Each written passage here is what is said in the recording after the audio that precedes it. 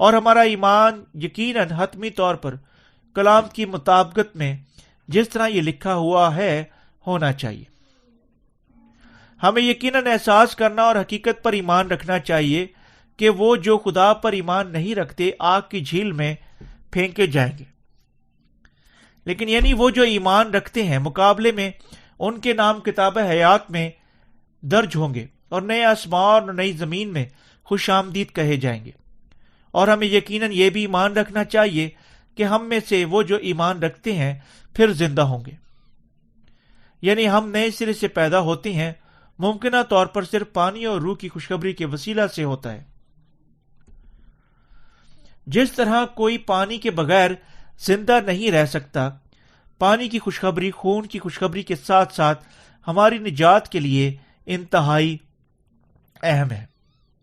جب یسوع نے بپتسمہ لیا، اس نے اپنے آپ پر ہمارے تمام گناہوں کو اٹھا لیا، اور اس نے پانی میں غوطہ لیا اور تب پانی سے اوپر آیا۔ اس کا مطلب صلیب پر اس کی موت اور اس کا جی اٹھنا تھا۔ دوسرے لفظوں میں، ہمارا خداوند ہماری جگہ پر ہمارے تمام گناہوں کے لیے پرکھا گیا، اور خداوند کا پانی سے باہر آنا اس کے جی اٹھنے کو ظاہر کرتا ہے۔ اس کا مطلب ہمارا ذاتی جی اٹھنا بھی ہے، یعنی ہم میں سے اس کا جی اٹھنا جو ایمان رکھتے ہیں۔ ہم مکمل طور پر ایمان رکھتے ہیں کہ یسوع نے اپنے بپتسمہ کے ساتھ ہمارے گناہوں کو اٹھا لیا۔ اگر یسوع اپنا بپتسمہ نہ لے چکا ہوتا، ہمارے ساتھ کیا واقعہ ہوتا؟ ہمارے لیے آگ کی جھیل سے بچنے کا کوئی رستہ نہ ہوتا۔ بالکل جس طرح بارش کے بغیر کوئی اس دنیا میں زندہ نہیں رہ سکتا، زمین کا سیارہ پانی کی وجہ سے وجود رکھتا ہے، اسی طرح یہ کیسے یسوع کا بپتسمہ ہمارے لیے اہم ہے۔ صلیب پر اس کی موت بھی مساوی طور پر اہم ہے، کیونکہ اس کا مطلب تھا کہ وہ ہماری جگہ پر ہمارے گناہوں کی خاطر پرکھا گیا تھا۔ اگر ہم خدا کی لعنت اور عدالت سے آزاد ہونا چاہتے ہیں، ہمیں یقیناً حتمی طور پر یسوع پر ایمان رکھنا چاہیے، اور اگر ہم اپنے گناہوں سے پاک ہونا چاہتے ہیں، ہمیں یقیناً ایمان رکھنا چاہیے کہ ہمارے تمام گناہ یسوع پر منتقل ہو گئے تھے جب اس نے بپتسمہ لیا تھا۔ مسیحی ایمان کبھی اس قسم کا ایمان نہیں ہے جس سے لوگ خوف سے کانپتے ہیں۔ ہر کسی کو یقیناً یسوع پر ایمان رکھنا چاہیے۔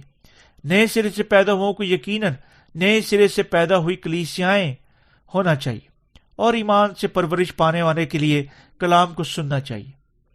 بعض لوگ دعویٰ کرتے ہیں کہ کسی کو یقیناً یسوع پر ایمان رکھنا چاہیے اور نجات یافتہ ہونے اور برکات حاصل کرنے کے لیے نیک اعمال کو حاصل کرنا چاہیے، لیکن یہ سب جھوٹے لوگوں کا محض دھوکہ دہی کا دعویٰ ہے۔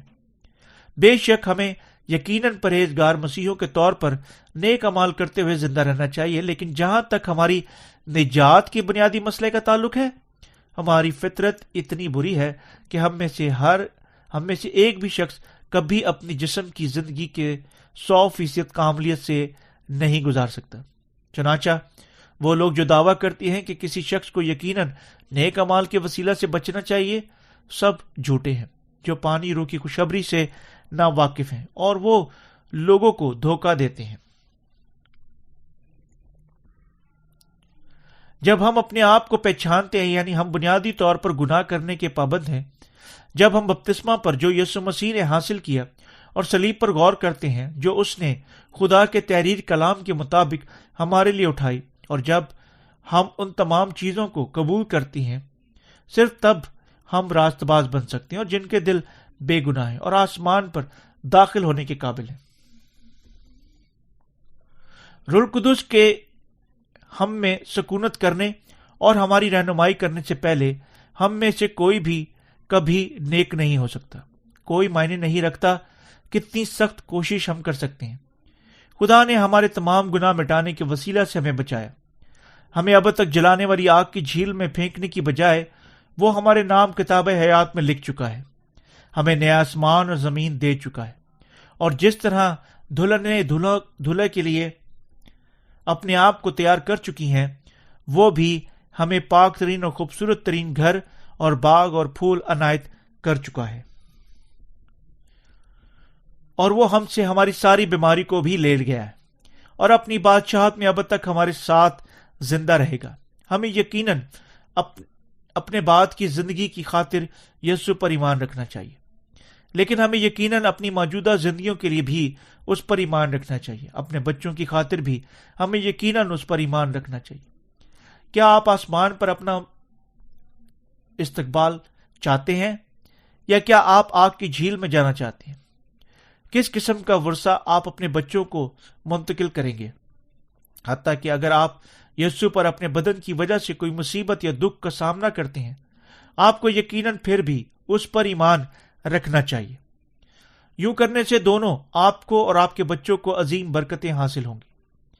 میرے پیارے مقدسوں، اپنے کلام کے وسیلہ سے خدا ہمیں وجہ بتا چکا ہے، چنانچہ ہمیں یقیناً پانی اور روح کی خوشخبری کی منادی کرنی چاہیے، اور یہی وجہ ہے کہ ہمارے خاندانوں کو بھی یقیناً نجات یافتہ ہونا چاہیے۔ میں اپنے خداوند کا شکریہ ادا کرتا ہوں۔ آمین۔